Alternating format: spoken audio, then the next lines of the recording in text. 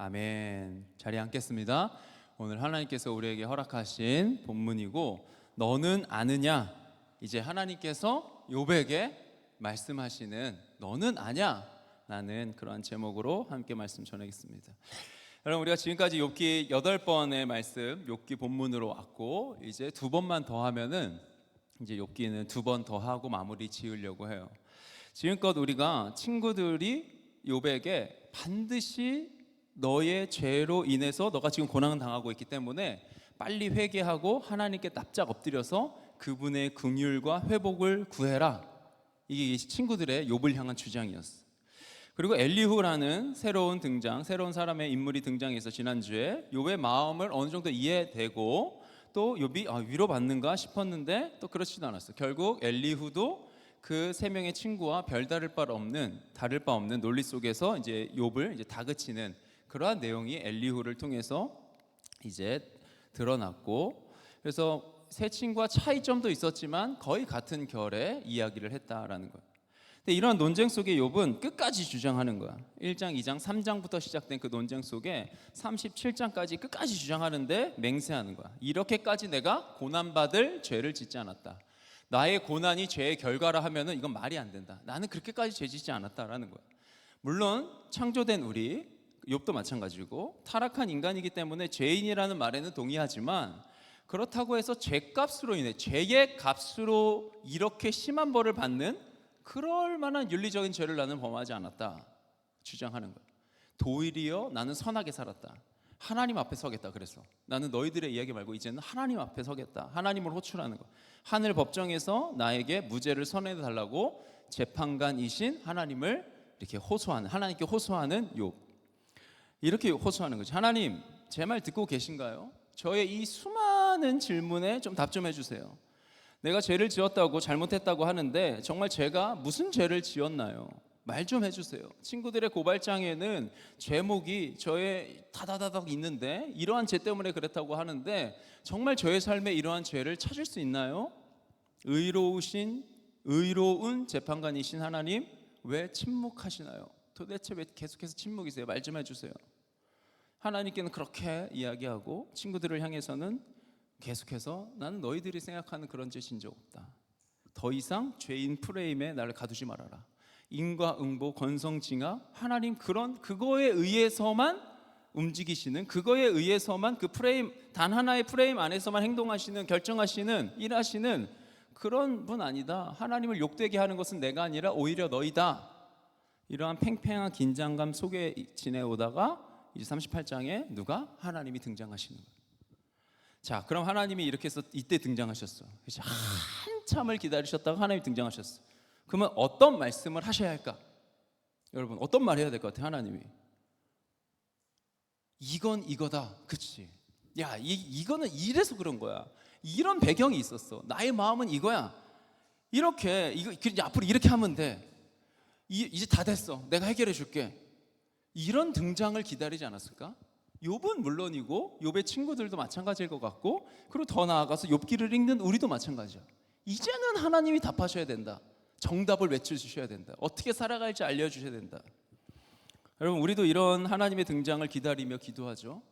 하나님의 뜻은 무엇인가? 내 인생의 문제 앞에 하나님의 뜻이 뭐지? 하나님, 이런 고민이 있는데 도대체 주님의 뜻은 무엇인가요? 하나님, 취업을 할까요? 대학원에 가야 할까요? 하나님 뜻은 무엇이죠? 하나님, 이 친구에게 고백을 해야 할까요? 좀 더 기다려야 할까요? 하나님의 뜻은 무엇이죠? 자, 더불어서 하나님의 뜻을 구하며 살아가기, 하나님이 주시는 지혜로 직장생활 하기를, 매일 기도와 큐티하고 이를 통해 하나님과 동행하는 한 주 살기, 온전히 순종할 수 있기를, 주님의 뜻을 기다리는 마음으로 살아가기를, 내 생각대로 계획하고 살지 않기, 나는 죽고 하나님으로 살 수 있도록. 여러분, 이게 뭔지 알아요? 지난 주간에 우리 청년들이 고백한, 함께 기도해달라고 내놓은 기도의 제목들 중에 나온 대목들이 하나님의 마음, 하나님의 뜻, 내 생각, 내 계획 말고 하나님의 생각과 하나님의 계획에 순종하기. 이런 제목을 가지고 우리 청년들이 지금 같이 기도하고 있는 거예요. 그래서 주님이 딱 말씀해 주시기를, 이렇게 살아라. 이 길이 확실한 길이다. 나의 뜻은 여기에 있다. 아주 명확하고 클리어하게 불확실성은 다 사라지고 완전한 완벽한 하나님의 말씀과 뜻 속에서 실수 없이 살아가기를 주님이 모든 순간에 정답을 딱딱딱딱 말씀해 주시기를.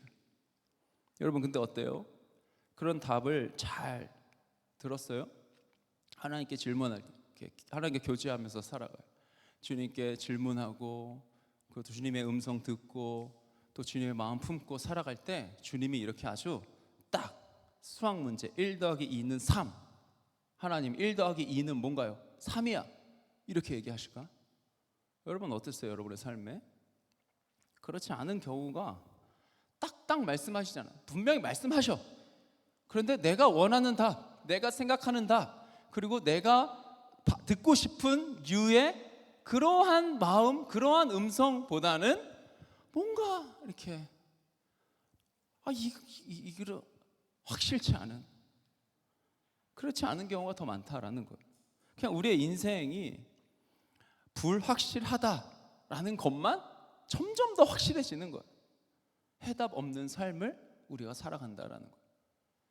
욥기 38장 드디어 하나님이 등장하셨는데 모든 이야기를 듣고 알고 계시는 하나님의 등장, 욥이 그토록 만나고 싶었던 하나님, 이해할 수 없는 자신의 고난에 대한 해명을 분명히 듣고 싶어서 만나고 싶었던 그 하나님의 등장, 욥이 기대했지. 하나님이 답해 주실 거다.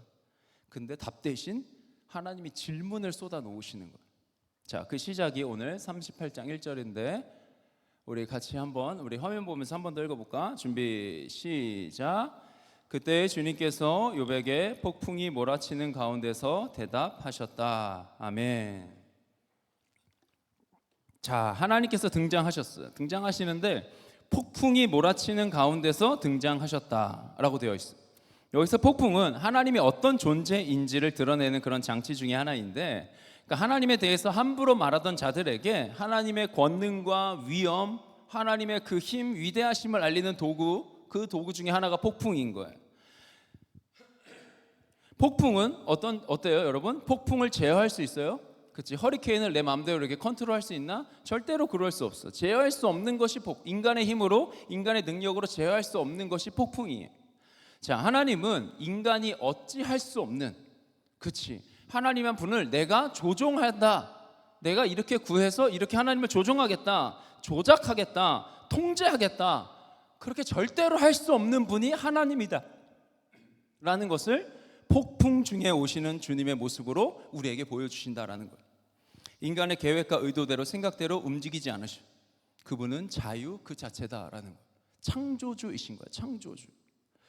자, 천지를 창조하신 하나님의 출현은 욥의 하소연을 듣기 위해서 나타난 것이 아니다라는 거예요. 욥의 하소연을 들어주신다면, 욥이 하는 하소연을 들어주신다면, 야, 이렇게 하면 돼, 이게 답이야, 이렇게 우쭈쭈 해줘야 되는 거예요. 근데 하나님은 욥의 하소연을 듣기 위해서 지금 나타나신 게 아니다라는 거예요. 자, 욥이 고난을 당할 때 폭풍을 만났거든. 여러분 그렇지 않아요? 욥이 스바 사람이라는 그 사람들이 갑자기 들이닥쳐서 하늘에서 하나님의 불이 떨어져서 갈대아 사람이 갑자기 달려들어서 갑자기 광야에서 광풍이 불어서 걷잡을 수 없이 휘몰아치는 자연과 인간의 침략, 폭풍처럼 다가오는 그러한 한순간의 문제들로 인해서 모든 재산이 다 사라져버린 그 고난이 시작된 욥의 삶이었다라는 거예요. 제발 불지 말아라, 제발 오지 말아라, 가져가지 말아라 해도 지킬 수 없었던 욥의 삶.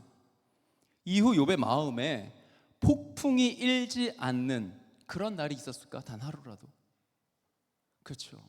그 자녀들과의 이별, 재산이 다 사라진, 그로 인해서 폭풍도 일었겠지만 계속해서 다가온 그 친구들의 말에 의해서도 그 마음에 폭풍이 일었을 거다라는 거예요. 욥의 고난은 그래서 폭풍과 같다라는 거예요. 하나님은 이러한 고난의 한복판에서 폭풍 속에서 떨고 있는 욥에게 폭풍으로 찾아오셨다. 이렇게 찾아오신 하나님께서 대답하시는데 그 대답하시는 특징이 있어. 자, 첫 번째는 뭐냐면 욥에게만 말씀하신다라는 거예요. 내가 이게 아마 질문으로 해놨을 것 같은데, 여러분, 욥에게만 말씀하신다라는 사실이에요. 하나님이 나타나실 때 새 친구가 없어졌을까? 그렇지 않을 것 같아. 엘리후도 있었잖아. 그들 정말 열심히 떠들었고, 그리고 그들 나름대로 하나님을 고백해. 엘리후는 반복해서 내가 하나님을 대신해서 하나님의 입장에 서서 말하는 거다라고 하면서 주장했어. 그럼 이들에게도 나타나셔서 주님이 가르치셔야지. 그렇게 하나님을 고백했는데, 하나님의 뜻이라고 이야기했는데, 그럼 가르치셔야 되는 거 아닐까? 근데 완전 무시해. 하나님 없는 사람 취급해. 우리가 전에도 한번 나눴는데, 그리고 세 친구는 욥에게 가서 싹싹 빌고 용서를 구하고, 그리고 욥이 대신해서 제사를 드리고, 그러면은 욥이 용서해 주면 나도 용서하겠다, 하나님도 그들을 봐주시겠다, 이렇게 이제 이야기하신다는 거야. 이 이후에 왜 그럴까? 김기현 목사님이란 분이 이거에 대해서 이렇게 말씀하셔. 이것이 질문한 자와 질문하지 않은 자의 차이라, 이렇게 말하는 거예요. 욥은 물었고 친구들은 질문하지 않았어. 질문했던 욥에게는 하나님 대답하셨고, 질문하지 않았던 친구들에게는 대답하지 않으신다라는 거예요. 자, 하나님을 만나고자 하는 열망, 하나님을 알고자 하는 질문, 이게 욥에게는 있었던 거예요. 근데 친구들은, 엘리후는 하나님은 이런 분이야, 너 이렇게 해야 돼 라고 계속 얘기했다라는 거예요. 하나님을 향한, 공동체를 향한, 이웃을 향한, 동역자를 향한 질문, 그 질문을 할 때 하나님 뭐 하신다? 반드시 대답하신다. 반면 하나님을 다 안다고 자부하는, 자신이 생각하는 하나님만 앵무새처럼 계속해서 반복해서 외치고 다니면 주님이 말씀하실 틈이 없는 거지. 신앙생활 하면서 여러분, 가장 무서운 사람이 어떤 사람들인 줄 알아요? 자신이 하나님을 다 안다고 말하는 자들이에요. 하나님이 이렇게 말씀하셨다라고 아주 확신에 차서 외치고 행동하는 사람들. 하나님이 이렇게 말씀하셨기 때문에 주변에서 아무리 말해도 다 사탄의 소리야. 그렇잖아. 하나님이 나에게 말씀하신 건 이거야. 그러니까 무조건 그거만 믿고 따라가겠다. 이거 아니면 안 된다. 다른 사람은 다 방해꾼이지. 하나님의 뜻을 이루는데 너 왜 방해하냐? 이렇게 된다라는 거예요. 여러분, 몰라. 여러분 잘 알아요? 나도 잘 모르겠어. 때로는 주님의 음성인 것 같은데 아닐 때가 많다고. 이건 주님의 음성이 아닌 줄 알았는데 그게 나중에 보니까 그게 주님의 음성이었어. 우리는 A냐 B냐가 중요해. 이거 아니면 저거가 됐으면 좋겠어. 내 생각 안에서 그렇게만. 그런데 하나님 뭐라고? 자유 그 자체이신 그분을 우리가 어떻게 A, B에 묶어둘 수 있냐고. 수만 가지 무한대의 가능성을 열어놓고 일하시는 분이 바로 하나님이신데 왜 자꾸 나는 A, B만 생각하냐 이거야. 하나님 그런 분이시다라는 것을 잊지 말고, 다 알 수 없지만 주님 알고 싶어요. 다 주님을 완벽하게 다 고백할 수 없지만 그래도 내가 고백하고 싶어요. 하나님, 내 삶에 정말로 부족한 것이 많고 내가 정말로 헷갈리는 게 많지만 그래도 주님의 뜻을 이루고 싶고 주님의 말씀하신 가운데서 내가 살아가고 싶어요. 이러한 고백으로 살아가는 거예요. 주님께서 이런 마음을 주신 것 같다 정도 말할 수 있지, 하나님 이렇게 하셨어, 하나님 너 지금 이거래, 나는 못하겠어. 나보다 더 위대한 목사님들은 하실 수 있는지 모르겠어. 근데 난 평생 못할 것 같아. 주님의 마음이 여기에 있는 것 같다, 주님이 이렇게 말씀하시는 것 같다 정도 할 수 있지. 그러나 나도 틀릴 수 있다라는 거야. 모르는 거야. 자, 하나님의 대답의 두 번째 특징, 아까도 잠깐 언급했는데 두 번째 특징은 뭘까? 정답을 말하지 않으시고 질문하신다라는 거야. 이것 때문에 이제 우리의 마음이 불편한 거야. 우리는 정답을 원하거든. 욥의 대답, 욥도 정답을 원하는 거야. 왜 고난인지, 하필이면 왜 내가 고난을 받았는지, 앞으로 어떻게 살아가야 하는지, 고난의 끝은 무엇인지, 내가 고난 속에서 괴로워하며 몸부림칠 때 전능하시고 선하신 하나님은 도대체 뭐하고 계셨는지 알고 싶은 것이 너무나도 많은 욥에게 하나님 등장하셔서 뭐한다고? 질문하신다라는 거야. 근데 이게 욥 시대나 오늘날이나 또 예수님이 사셨던, 또 예수님이 오셔서 사셨던 그 시대, 예수님의 말씀이나 정답이 아닌 질문을 하실 때가 훨씬 더 많다라는 거예요. 자, 요나서, 여러분 요나라는 인물 알죠? 요나서 4장 4절에 하나님이 질문하세요. 뭐라고 질문하시냐면 내가 화를 내는 것이 옳으냐라고 질문하시는 거예요. 너 화내는 게 옳나? 자, 망해야 마땅하다고 여겼던 니느웨 사람들이 있어요. 근데 그 사람들이 회개하기 시작하는 거야. 그들이 망할 길에서 벗어나서 구원받게 되자 요나가 화가 나는 거야. 선지자인데 화가 나. 아니 내가 이렇게 될 줄 알고 다시스로 도망간 거 아닙니까? 니느웨 사람들은 망해야 마땅하다고 나는 생각하는데 하나님 왜 그들을 돌이키십니까? 그들을 구원받게 하십니까? 그래서 내가 다시스로 간 겁니다. 왜 니느웨 사람들에게 회개의 메시지를 선포하게 해서 그들을 돌아오게 하십니까? 니느웨 사람들 심판받아 죽어 마땅한 거 하나님 모르십니까? 화가 나는 거야. 이러한 요나가 어떤 편견과 선입견, 자기 중심적인 세계에 빠져서 살고 있는지 주님이 질문을 통해서 말씀하시는 거예요. 너가 화를 내는 것이 옳으냐? 마태복음 16장 13절 15절에 사람들은 인자를 누구라고 하느냐? 제자들에게 주님 질문하시는 거예요. 예수님이. 그리고 나서 그러면 너희는 나를 누구라 하느냐? 질문하시는 거예요. 나는 이런 존재다. 외워 써. 지금부터 써. 받아 적어. 머릿속에 이것만 외우면 돼. 나는 구원자야. 나는 그리스도야. 그렇게 말씀하지 않으셨다라는 거예요. 대신에 사람들의 평가를 물으시는 거야. 사람들이 나를 누구라고 얘기하냐? 그러냐? 그럼 너희는? 그들은 그렇게 말할 수 있는데 너는 나를 누구라고 고백하냐? 너의 고백을 듣고 싶다. 너의 중심을 알고 싶다. 자, 마가복음 4장에도 왜들 무서워하느냐? 아직도 믿음이 없냐? 라고 주님이 질문하시는 거야. 광풍에 죽을 상황이었거든. 배가 침몰할 것 같은 그 상황. 타고 있는 배가 당연히 무섭지. 당연히 떨리고. 그런데 그들에게 왜 무서워하니? 왜 믿음이 없니? 무서워하냐? 믿음이 없냐? 두 개를 같이 얘기하시는 거예요. 연달아. 무서움, 두려움, 염려, 근심, 걱정과 믿음의 상관관계를 깨닫게 하고 싶으신 그 예수님의 마음, 그 예수님의 의도가 담긴 질문. 왜 무서워하느냐? 아직도 믿음이 없느냐? 자, 사도행전 9장에도 질문하시는데 사울아 사울아 내가 왜 나를 핍박하느냐? 라고 질문하시는 거예요. 자, 이번에는 죽으시고 부활하신 뒤에 승천하신 예수님의 음성이 사울에게 들리는 거야. 그러니까 예수님 만나기 전에 바울은 그 이제 사울이란 이름이 부각될 때 바울 사울 같은 인물인데 예수님 믿는 사람들을 핍박하는 거야. 그런데 예수님 말씀하시는 거야. 야, 나는 너가 핍박하는 예수다. 왜 나를 핍박하냐?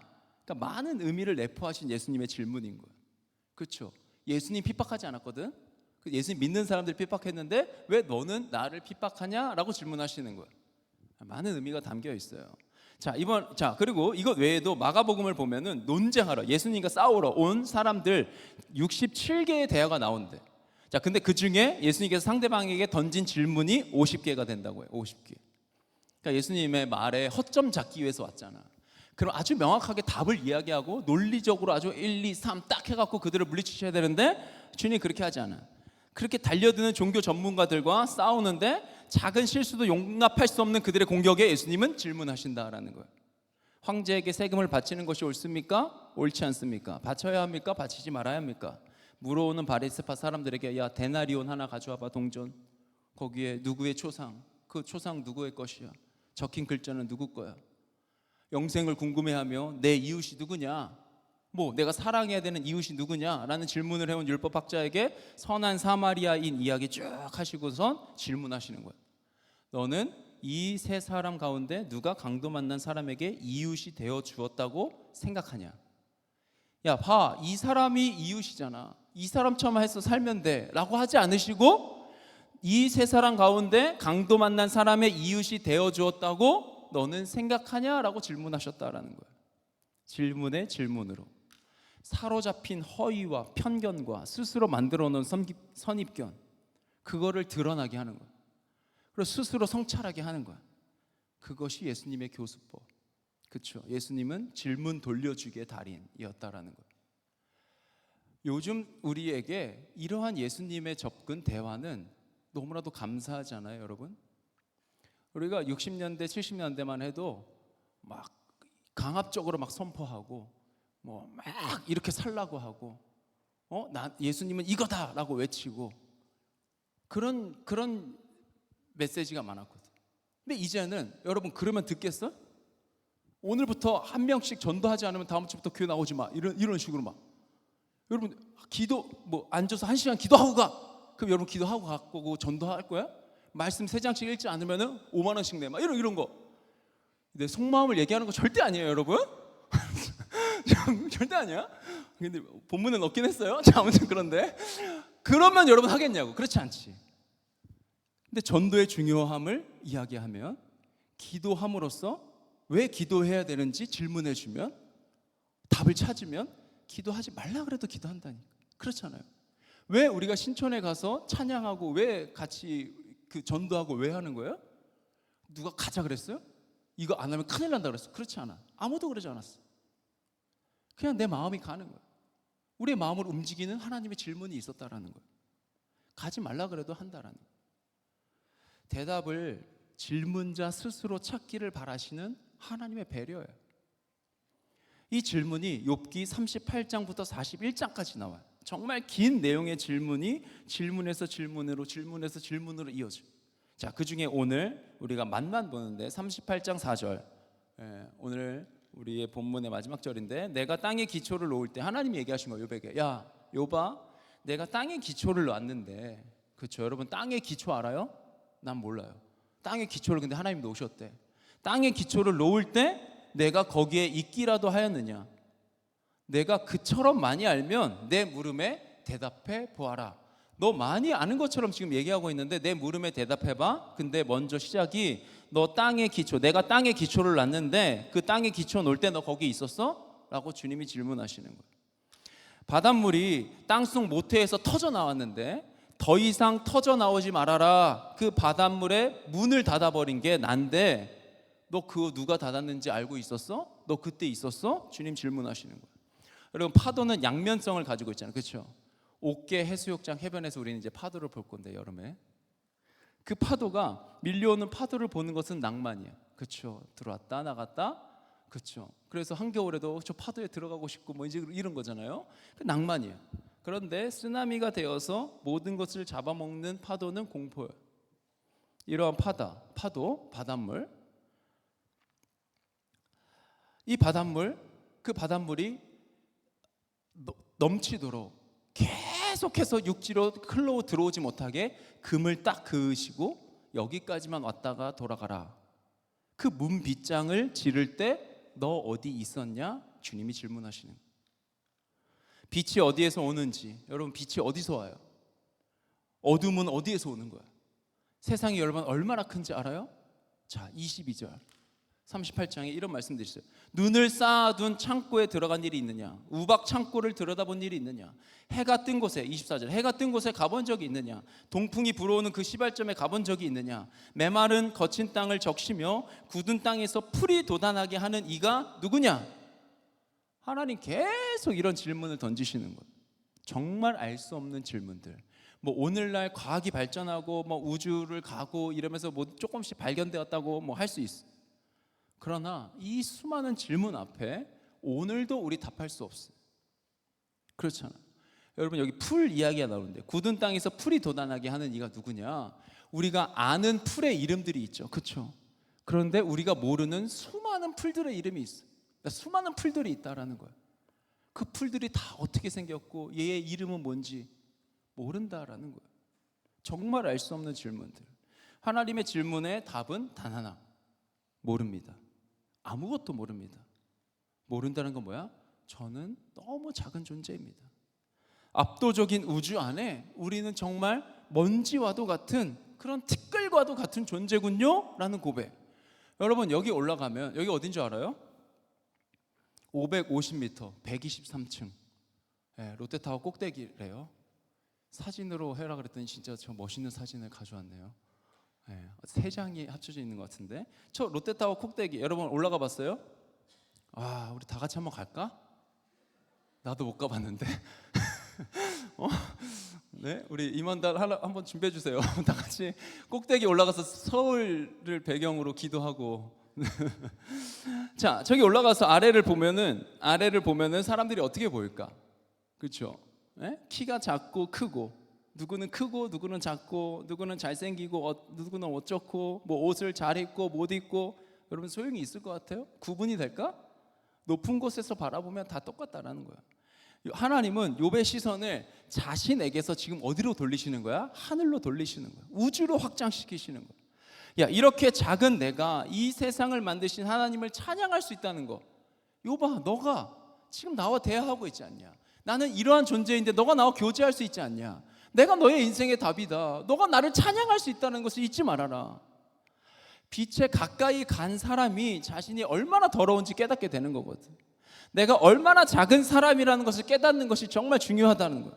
그래서 모릅니다가 은혜고 모릅니다가 은총인 거야. 모릅니다의 솔직한 고백 앞에 하나님의 일하심이 시작되는데, 어떤 일하심? 하나님의 간섭, 하나님의 역사가 시작되는 게, 하나님 나 알아요. 나 이렇게 할 거야. 아니, 내 생각은 이거야. 그렇게 고집 부리진 않지만 살아가는 삶의 태도를 선택하면서 살아가는 거 보면은 하나님 없어도 괜찮아. 내가 선택하고 내가 원하는 대로 그냥 갈 거야. 하나님 들어오실 수가 없지. 하나님 일하실 수가 없는 거야. 그런데 주님 모르겠어요. 하나님 어떻게 걸어가야 합니까? 모르지만 분명한 건 하나님께서 우리를 어떻게 하신다? 인도하신다라는 사실이. 몰라. 모르는 게 정답인데, 그런데 이 모르는 우리의 인생을 누가? 하나님이 이끌어 가신다라는 거야. 그러니까 주님이 비추어 주시면 그 길 가는 거야. 너무 많은 답을 알려고 머뭇거리지 말자고. 답이 나와야 나는 걷겠다. 분명하면 걷겠다. 주저앉아 있지 말자라는 거야. 가는 거야. 주님이 허락하신 세상을 살아가는 거야. 그러다 모르면 모른다 고백하고 힘들면 힘들다 이야기하며 하나님께 질문하는 거지. 그러면 그 자리에서 또 다른 길을, 그 자리에서 또 다른 걸음을 주님이 비춰주신다. 그럼 어떻게 우리는 그 주님과 함께 그 길을 걸어가면서 살아가는 거야. 확실하겠어? 확실하지 않아. 하나님은 확실하지. 우리는 확실하지 않아. 그러나 믿음으로 가는 거야. 사실 욥에게는 하나님이 곧 대답이 되는 삶을 살았어야 돼. 답을 구하는 게 뭐 어떻게 그냥 하나님이 대답이었어야 돼. 자, 갓난아기에게 여러분 갓난아기의 모든 필요에 대한 답은 하라마 누굴까? 하라마, 갓난아기가 이제 태어나잖아. 누에일이가. 이 누에일이의 모든 필요의 답은 누구야? 하람이지. 엄마야, 엄마. 그 갓난아기의 모든 필요의 답은 엄마야. 아빠. 엄마랑 아빠만 있으면 되는 거야. 여러분, 양은 어떨까요? 양은 양들의 모든 물음의 답은, 그들의 삶의 모든 필요의 답은 누굴까? 목자야, 목자. 목자만 있으면 양은 족한 거야. 목자가 왜? 푸른 풀밭으로 데려가고 쉴만한 물가로 이끌어가거든. 양을 공격하는 그 이리가 오지 못하도록 목자가 막아내거든. 다 있어도 목자가 없으면 아무것도 없는 거야, 양에게는. 우리에게 하나님이 없으면 아무것도 없는 거야. 하나님만 있으면 부족한 게 없는 거야. 하나님이 다 알고 계시고 하나님이 다 채워주신다고 약속하셨어. 그분이 선한 목자시고 선한 길로 나를 인도하신다라는 거야. 하나님이 답이다라는 거야. 하나님만 함께 하시면 족하다. 그것을 우리가 잊지 말고 한 걸음 한 걸음 살아가자라는 거야. 자, 그리고 하나님은 욥에게 이렇게 요구하시는 거야. 야, 너가 더 이상 질문하는 자가 되지 말고 대답하는 자가 되라. 자꾸 질문하시나 대답하라고. 욥의 삶이 고난받는 자들, 욥 시대는 물론이고 그 이후에 오늘을 살아가는 우리에게도 이 세상을 살아가면서 당하는 그 고난 속에 있는 자들에게 그들의 질문에 대한 답이 너의 삶이 되어줘라. 너가 증거가 되어줘라 라는 주님의 요청이 이 질문, 너는 아느냐에서 우리가 유추할 수 있다. 다음 주에 좀 더 살필 텐데, 하나님은 욥을 향해 대장부라고 하시거든. 허리를 동이고 맞서 싸우라고 하시는 거예요. 즉 하나님께서 욥에게 바라시는 것은, 욥은 하나님의 파트너, 하나님의 대표 선수, 하나님의 대리 통치를 위임받은 자, 고난으로 가득한 세상을 올바르게 고치고 세우는 것, 그것이 하나님이 욥에게 바라시고 요구하시는 그러한 주님의 마음이다라는 거예요. 세상이 왜 이러냐 도대체. 여러분, 그런 질문 하잖아. 도대체 이렇게밖에 우리는 살 수 없는 거냐? 그렇게 묻는 자들에게, 야, 이러한 세상에 저런 사람이 있구나. 야, 저렇게 살아가는 사람들이 있구나. 보상이 없어도 하나님을 믿고 따르는 자들이 있구나. 지들만 신나서 떠드는 자들이 아니라 그 기쁨으로 세상을 살아가며 세상에서 그 기쁨을 흘려보내는 자들이 있구나. 사단은 이해 못할 고난 중의 기쁨, 고난 중에 기쁨의 옷을 입고 살아가는 자들이 있구나. 고난 당한 자로서 고난 당한 자들을 긍휼히 여기고 자신을 어떻게 하는? 내어주는 자들이 있구나. 도대체 이 세상에 저런 사람들은 도대체 어떤 사람들이냐? 욥아, 너가 바로 그렇게 살아가는 거다. 너는 아느냐? 너가 답이 되어야 된다. 오늘을 살아간 우리도 그러한 자들로 주님이 부르시는 거예요. 때로는 부담스러운 부름일 수도 있는데 주님은 우리는 거기까지 부르신다라는 거예요. 너 예수 믿고 죄사함 받고 구원받아서 잘 먹고 잘 살다가 나에게 와. 주님 그러지 않으신다라는 거예요. 나는 어디까지 부르신다? 거기까지 부르시는 거예요. 예수님께서 몸소 보여주신 고난의 의미, 바로 우리가 고난받는 자들에게 갈 때 그것은 완성되는 거예요. 고난을 보고 불평하지 말고 고난을 보고 싸우는 자가 되라. 허리를 동여매고 대장부처럼 일어서라. 언제까지 질문만 할 것이냐? 하나님이 답인 것을 믿는다면 그럼 그렇게 세상을 살아가자. 고난과 싸우는 자, 고난받는 자를 위해 싸우는 자로 주님 우리를 부르셨다. 자기 중심으로 세상을 바라보고 그냥 나에게만 내 중심으로 해석하고 자기 중심으로 살아가는 우리는 그 자기 중심성의 족쇄를 어떻게 벗어버리고 그 주님의 마음으로 주님이 주시는, 펼쳐주시는 그 위대한 사명 가운데 우리의 삶을 드리는, 세상이 내 뜻대로, 내 원한대로, 내 마음대로 되지 않아. 그렇죠? 내 뜻대로, 내가 원하는 대로, 내가 하고 싶은 대로 되지 않는 게 세상이야. 그런데 그러한다 하더라도, 그렇게 기도한 대로 이루어지지 않는다 하더라도 낙심하지 않는 것이 믿음인 거예요. 하나님께서 이끌어 가시기 때문에 우리 실패하더라도 낙심하지 말고, 하나님은 우리가 실패한 그 자리에서 다시 시작할 수 있는, 다시 시작하시는 분이라는 것을 우리가 믿음으로 고백하며, 고난에 대한 답은 없지만 그 고난을 하나님의 시선으로 바라보면 받아들일 수 있게 되고, 그 고난과 함께 살 수 있게 되고, 그 고난을 쌓을 수 있게 되고, 고난 중에 있는 자들에게 손을 내밀 수 있게 된다는 것, 우리 잊지 말고 우리 그렇게 주님 앞에 우리의 삶이 그렇게 되기를 간절히 소망하며 우리 함께 기도합시다.